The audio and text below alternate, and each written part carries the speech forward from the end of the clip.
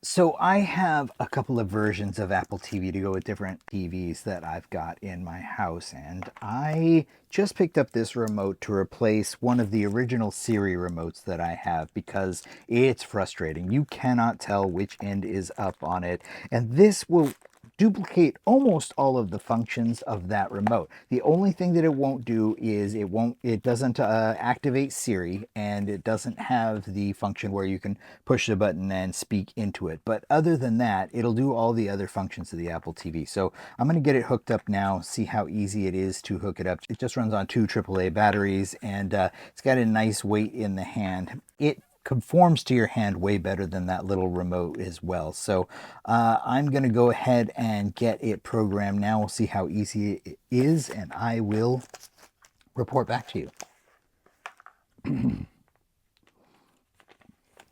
Well, that was easy. It actually took me longer to find the AAA batteries than it did to set this up. It required no setup. I popped the batteries in and pressed the power button, and it automatically turned on the Apple TV and my television, something that my old remote didn't do. I didn't have it set up to turn on the TV, and so sometimes it was this weird game of one would go off while the other went on, and that is gone with this remote. So I'm really happy with that. It's got, in addition to the standard buttons here, it's got a fast forward and rewind button, so that's pretty awesome. It's got some channel up and channel down buttons as well. Every feature that I tried with this worked perfectly, so I'm pretty happy with this. This is going to be a big improvement over that original Siri remote. There are only 3 things the original Siri remote has that this one doesn't. 1, access to Siri. This one doesn't have a Siri button.